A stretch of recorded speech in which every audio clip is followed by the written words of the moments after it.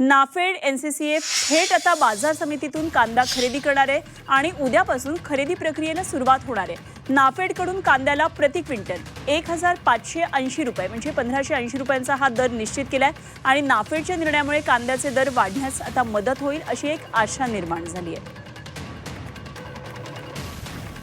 आणि या संदर्भात आणखी सविस्तर तपशील जाणून घेऊया। सागर गायकवाड आमचे नाशिकमधले प्रतिनिधी आपल्या बरोबर आहेत। सागर, खरं तर उद्यापासून खरेदीला सुरुवात होणार आहे आणि कांदा उत्पादक शेतकऱ्यांसाठी ही दिलासादायक बातमी या पार्श्वभूमीवर आहे की कांद्याचे दर सातत्यानं वर खाली होतात।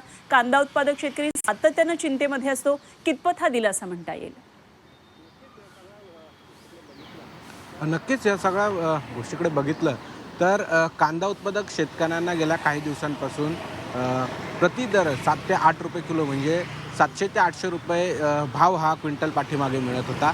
मात्र आता जर प्रत्यक्षात बघितलं तर जिल्हाधिकारी कार्यालयामध्ये एक महत्त्वाची बैठक पार पडली। नाफेड आणि एनसीसीएफच्या या महत्त्वाच्या अधिकाऱ्यांबरोबर ही बैठक पार पडली आणि या बैठकीमध्ये एक दिलासादायक निर्णय घेण्यात आलेला आहे। कांदा उत्पादक शेतकऱ्यांना नाफेड आता जे थेट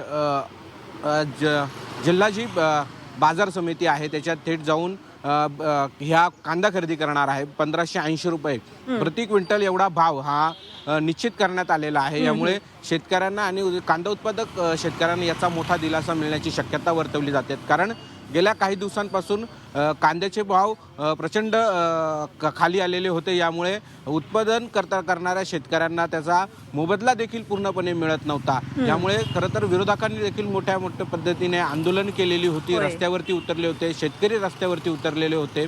आणि ह्यानंतर आता ही महत्त्वाची बैठक पार पडल्यानंतर 1580 रुपये प्रति क्विंटल एवढा भाव जो आहे तो आता शेतकऱ्यांसाठी निश्चित करण्यात आलेला आहे। यामुळे आता भविष्यात देखील ह्या कांद्याचे भाव वाढण्याची शक्यता वर्तवली जाते।